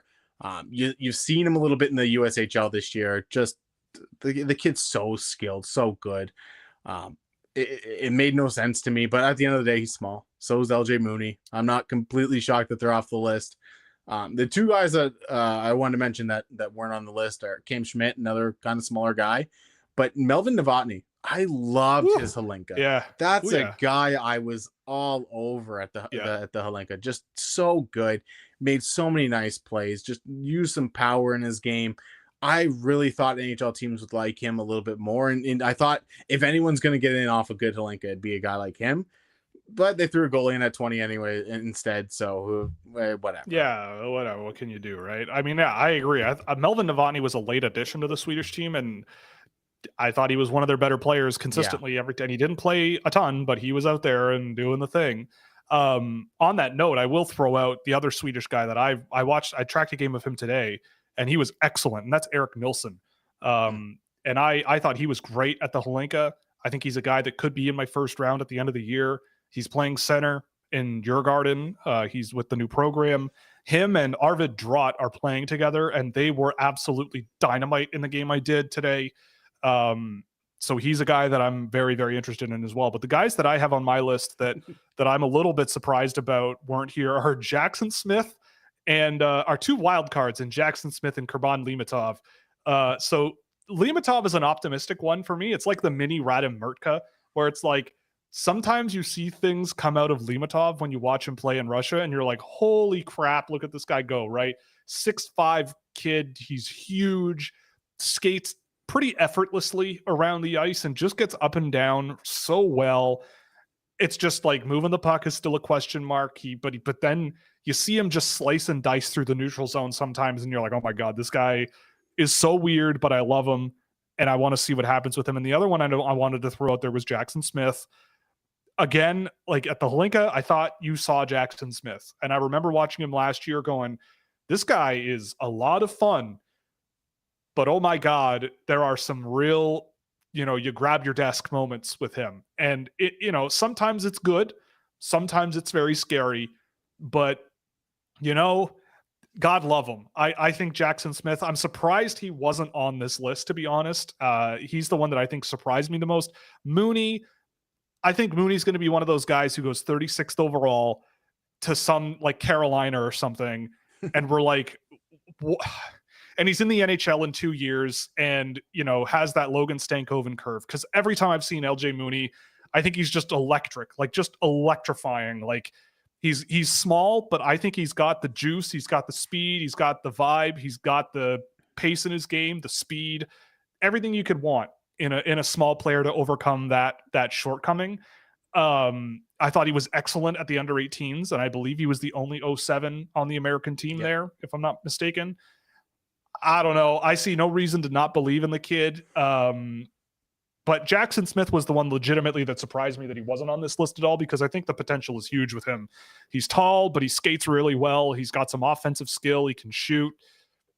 But there are some downsides to his game, unfortunately. And but yeah, those are the guys that I think, for me, probably surprised me a little bit that they didn't get a lot of consideration. But, it's tale as old as time, right? The smaller guys, the guys that play with a lot of fun in their game, take a back seat to the lower pace, high IQ, guys who see the ice really well. And over the years, they'll get more talented. They'll get quicker. They'll get stronger. They'll get more skilled, and everything will come together. And it's like, well, sure. Then there's the guys where it's kind of all there now, right? So we'll see how it goes. But I don't know. It's an interesting group. Is there anyone else you wanted to throw out before we move on to the questions, or what? No, I think we can move on to the questions, but I wanted to comment on Kurban Limatov because you put him on here, and I went, of course, Will threw a guy like this on here. So I went and watched one game before we came on, like literally, I guess not like 2 hours ago now, but this dude got the puck at the offensive blue line, skated laterally, evading two guys, and then just wired a shot about 15 feet wide. Like, I was like, all of that was so sick until the shot. Like, he's a guy that, like, we talked about Radim Mrtka, where we're like, there is something there. When you figure it out, like, it could be really good. I think Limatov fits in that mold, but man, like, that was a fun game. I was glad I watched that before I came on here. Yeah, he's a good time. I don't know if he's like good, but he's a good time. He's a good time. So Tony's been so kind to stick around for some questions today before we call it a night. And the first one we got is one that I know both of us are going to say no about, and it's from David Phillips, who, of course, if you're not familiar, is in the stream every week throwing out names that no one's ever heard of before. And this week, the first one is Savely Ponomaryov. He's a Belarusian kid. I haven't seen him, so I'll check him out because David loves to send me on wild goose chases every friggin' week. Tony, I'm assuming you're the same on this one. I've got nothing on him. All right, then we can just keep moving. Lots of high point producers from younger players in the CHL. Is it because more young players are coming into the CHL more talented than ever? Or is CHL defense and goaltending quality going down, or both? I mean, I don't know if it's goaltending quality going down. I do know that in the WHL, I think the 08s have just been ripping it so far. That draft class of WHLers are just off and running, and they're doing a really good job there. I do think that we're in an era where young players are getting better and better and better and better and better. But also I think the NHL is also getting better and better and better and better. Like it's the growth in the speed and intensity in the game of hockey is growing pretty quick. But I don't know. I mean, CHL defense and goaltending has never really been like that good. But I think what's happening is there might be a bit more of a lean in the developmental area of like skill and that finishing ability, because you're seeing a little bit more of that out of Canadians than that like well-rounded, big, physical, strong, we're 6'4" and that's how we're going to win type of player. It's not quite on the American level, I would say. America really leans into that speed and skill and high intensity play. I don't know. Would you say anything different? But because it's a little bit weird. Yeah, I think that the CHL in general has always been a bit overrated. But I think the other thing too, especially in September, October, to remember is that a lot of the best CHLers are at NHL camps right now. Also true. Yes. There are so many guys that have a hot start to the year in the CHL because they're going up against guys that will probably be playing Junior A later on this year. And so it's going to be interesting to see how some of these 08s, because they have been, especially at West, on fire to start the year. Yeah. Let's see what they're doing in December, kind of as we head into the World Juniors. Papa Tony coming in, raining on the parade day one. I love it. Okay, Jeremy Plourde. Bonsoir, Will. Bonsoir, Jeremy. Comment ça va? Have you seen Thomas Politin? If not, I would recommend watching him. I love Thomas Politin. Yeah. I saw him play for Finland at the Hlinka. I liked him play for the Czech Republic, but he's playing in Finland. I really liked him coming into the Hlinka. I was not disappointed in his performance at that tournament. I thought he played on that line with guys like Benak really, really well. Just a really well-rounded, big, tall guy, and I can't wait to see more of him this season. I haven't gotten the chance to track a game of him yet, but he's been a good player, a good one out of Finland that I'll have my eye on. I don't know. I think you've seen him a little bit as well.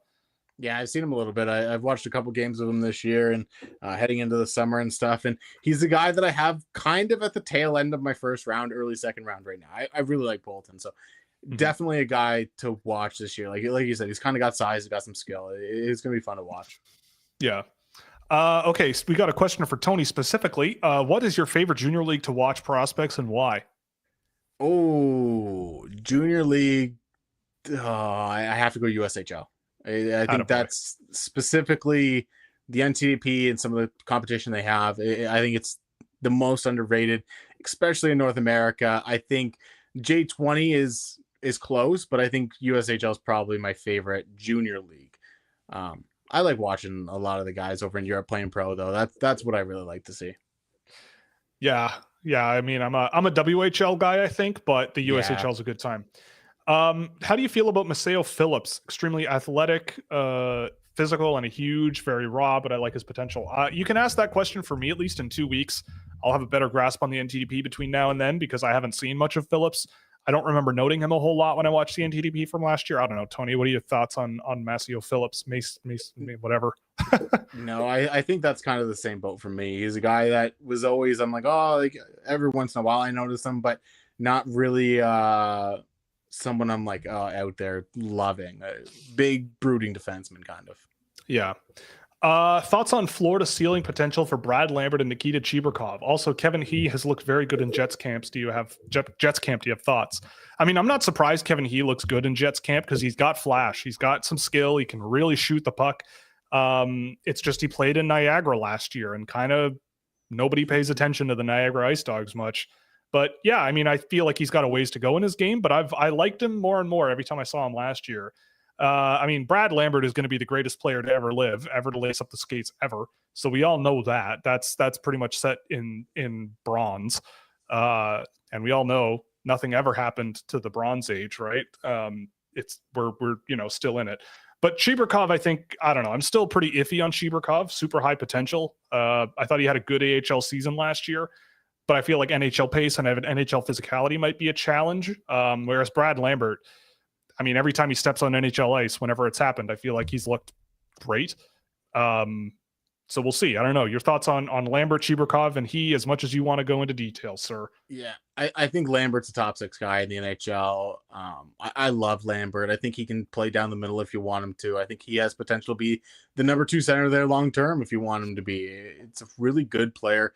The transition ability is absolutely fantastic. I think he's going to continue to prove people that he should have gone in the top 10 or 5 even in his draft class.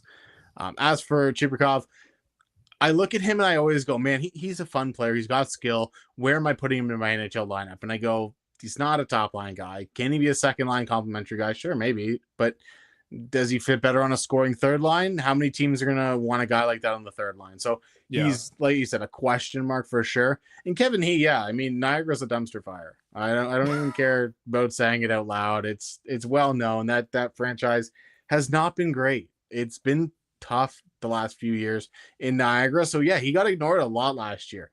Good pick for the Jets though, because I think he has a talent. Yeah. So I'm going to insert myself here quickly. Yes. I think Brad Lambert should be the 2C now because they got Vlad Nemestikov as their 2C right now. So why not give him a shot and give him a ride? Because I think he'd be really fantastic in that role. Also with Chibrikov, because Tony and I worked at Dauber during that draft year. I remember Dylan had just left to go to EP, that being Dylan Griffin. And Tony's like, here, check out some Russian guys. And I'd seen Chibrikov a bit.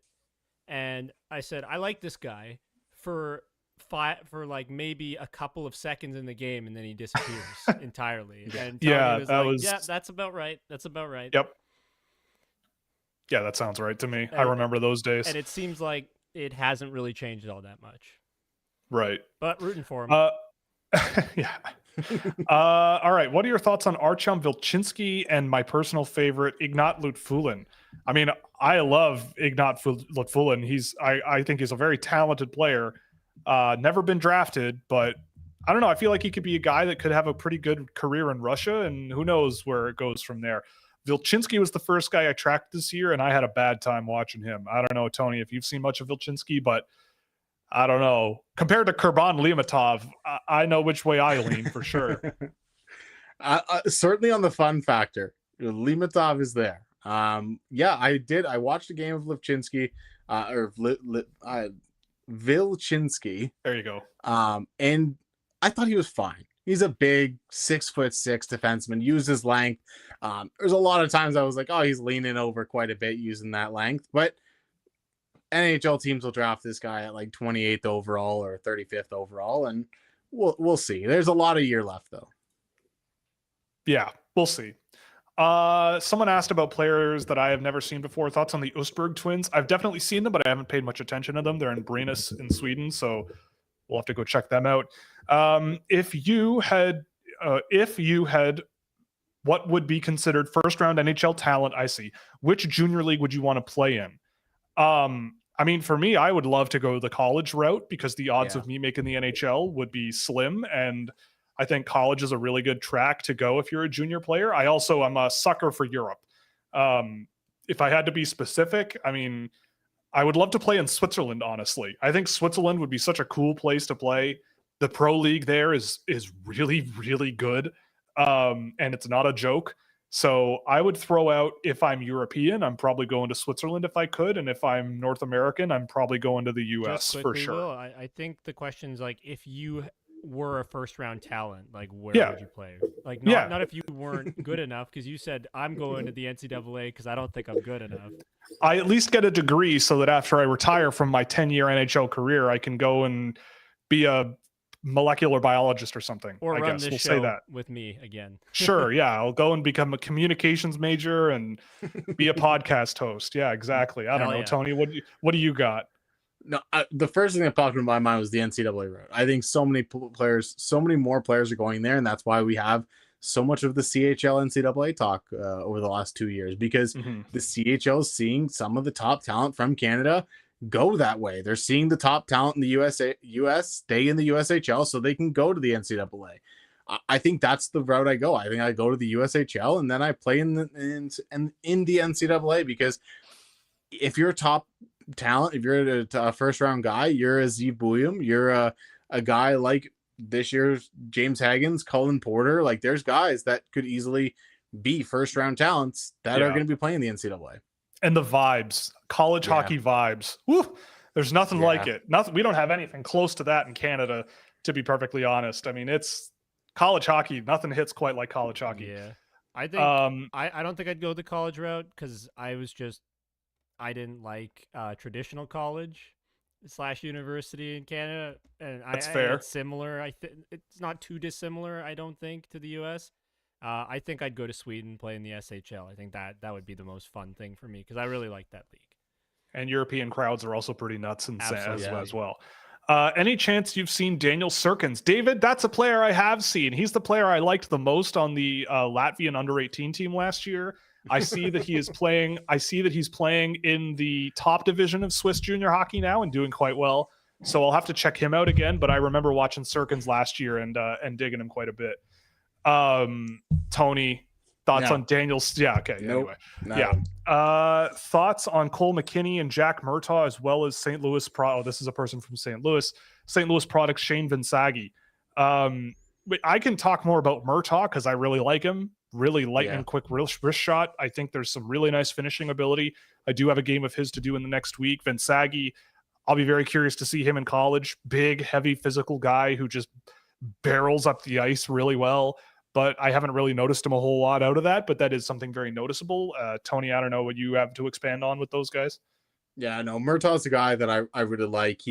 If this was my Bob McKenzie's top 20, he would have been at the tail end of that top 20. I really like Jack Mrtka. Okay. I think he's a fun player to watch. I think he's got some talent that we're gonna see come out in the USNTDP this year a little bit more. And then as for what was the other kid's name there? Vinsagi or McKinney? Oh, Vinsagi. Sorry. Yeah, like big dude who's gonna be physical. He's a guy that I like watching the USNTDP team and in the college teams this year. It's gonna be fun to see a guy like that over the next couple of years. Like, he's a guy that I'm not just looking at for this year. I'm looking at the next 3 years, because I want to see if all of it comes together, because there's a lot of guys like this that it just doesn't. Yeah. Are you going to the CHL NTDP games in Canada in late November? I am going to try to get to both. I probably will get to one. Tony, I don't know about you. You probably will be getting into at least one. Osh was a trek for you, though.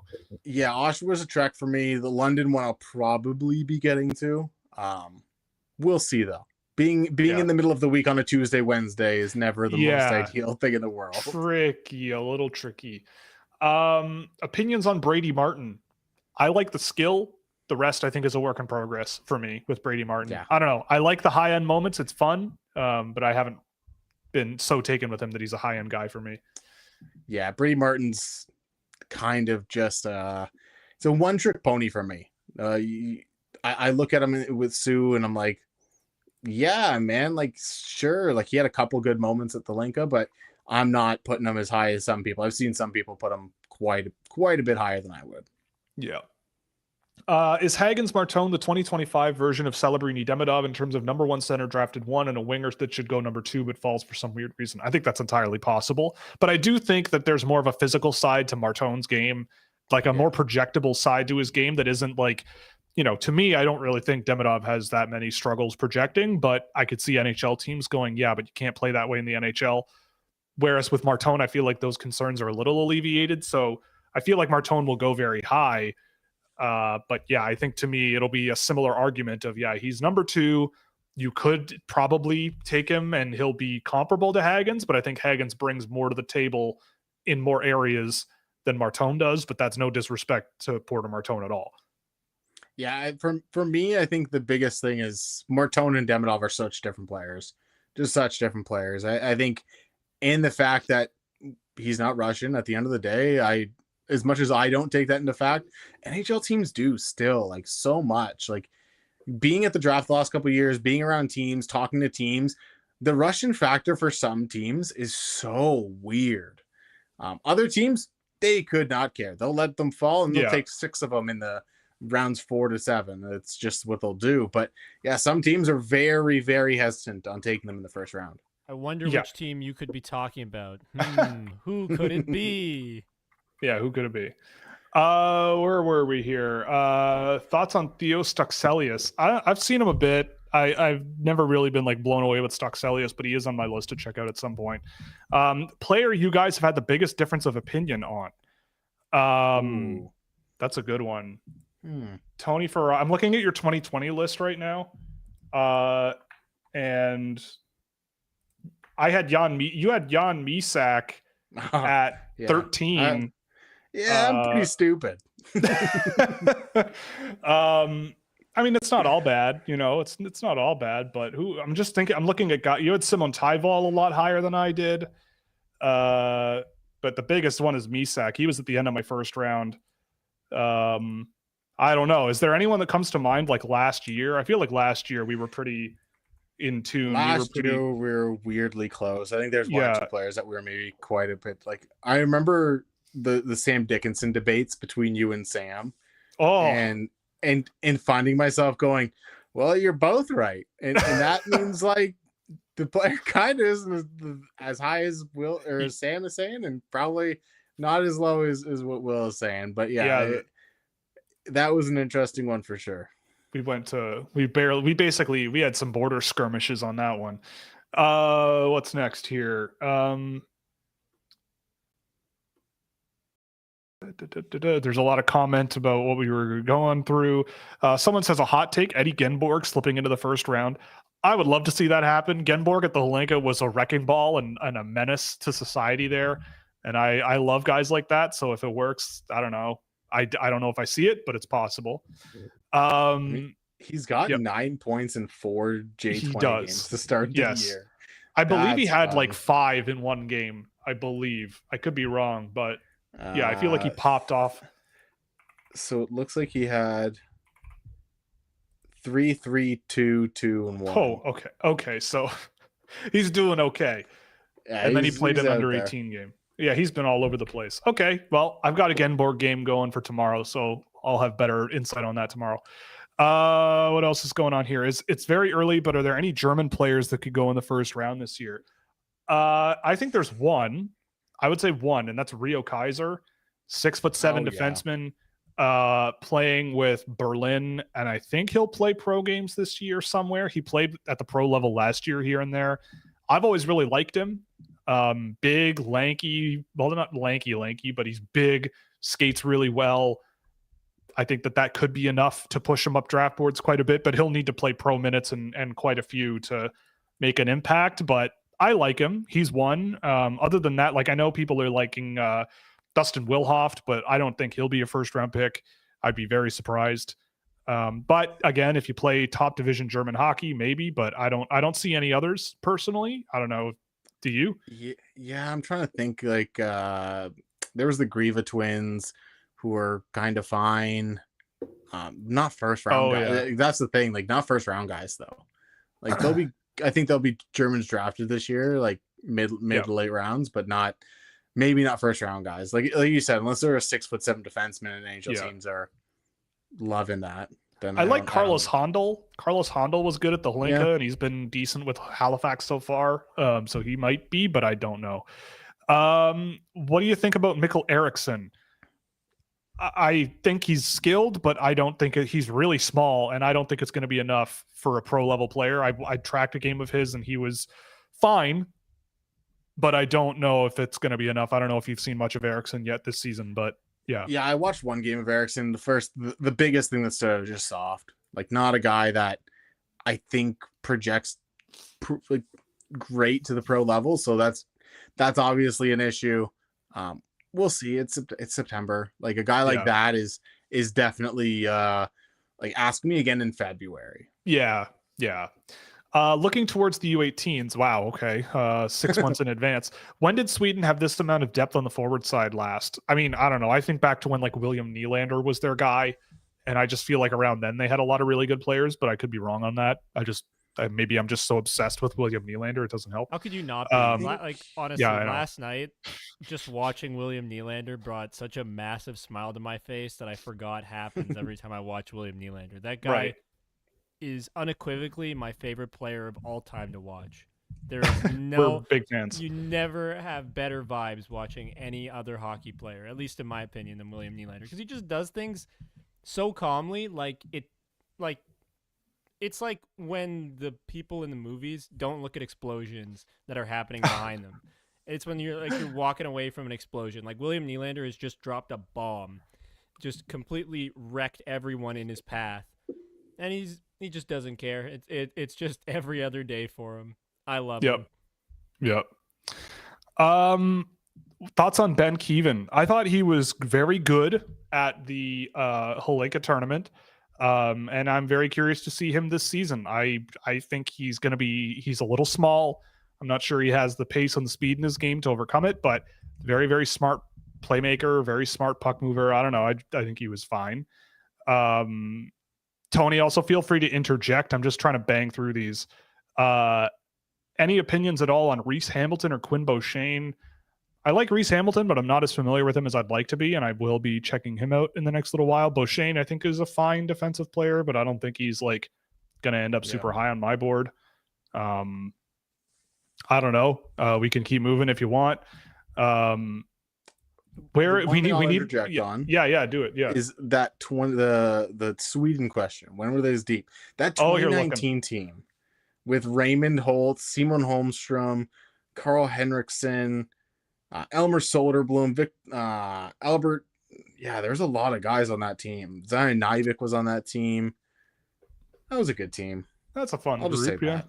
That's a fun one. I like Lucas Raymond. He's my boy. Tony, you might have a better insight on this. Where and how is Elmer Soderblom doing? He's a AHL guy, and I think that's where he'll be.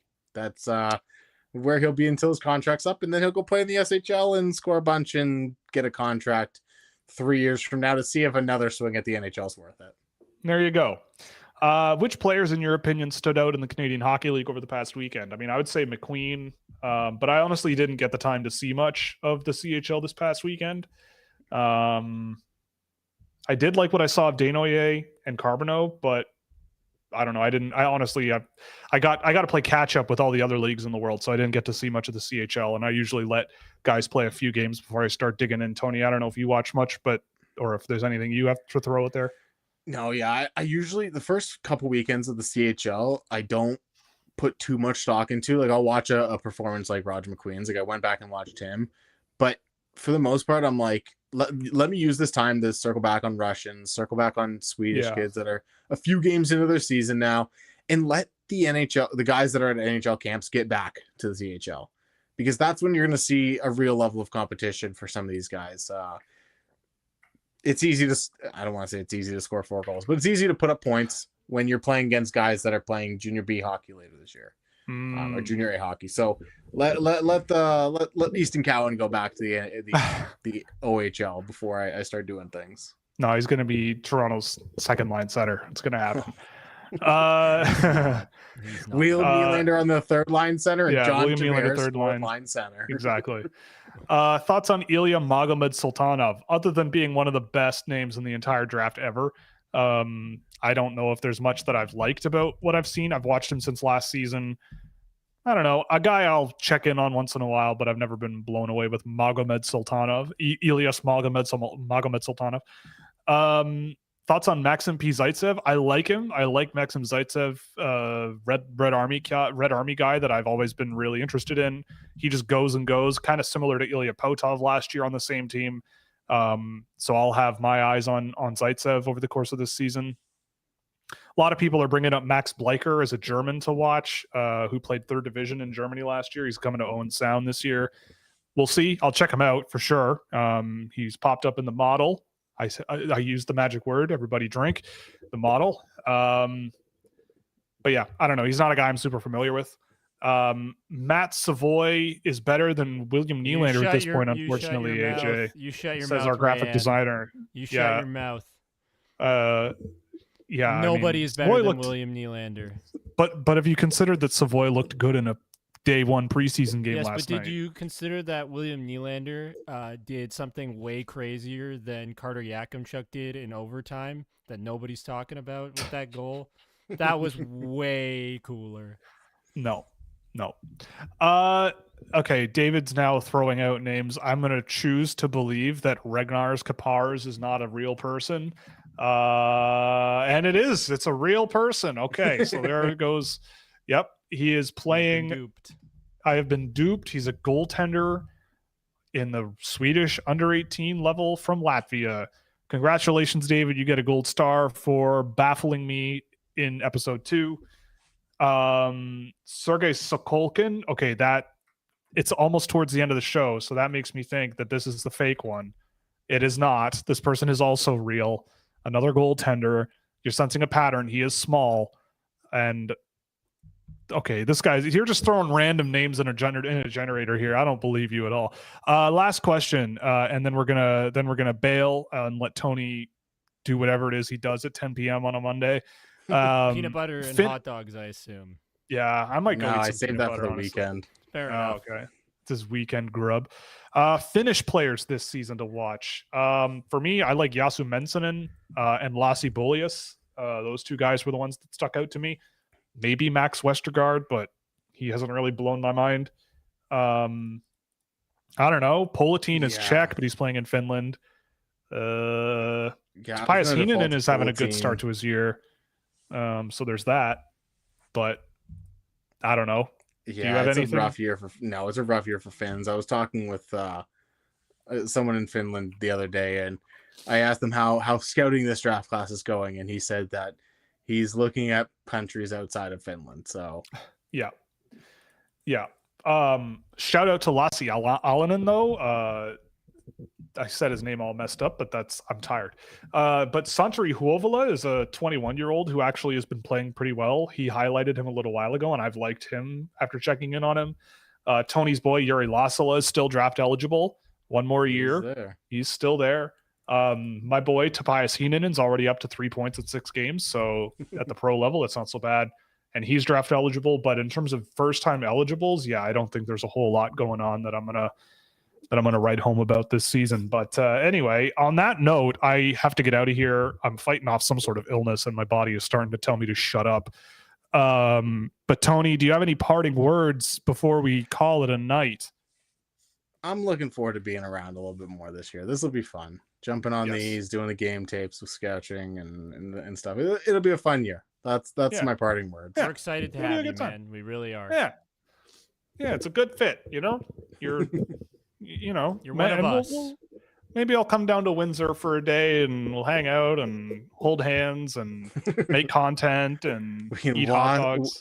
We can watch Ethan Belchitz, an OHL first overall pick. Hey, I want to see a 6'5", 240-pound 16-year-old just like any other hockey scout would. So I'm down. I'm in. Noted shorthanded goal scorer.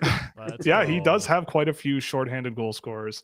But on that note, again, thank you to Tony for hopping on. Tony, again, welcome aboard. If you're not aware, he's going to be doing his game tape videos here over the next few months.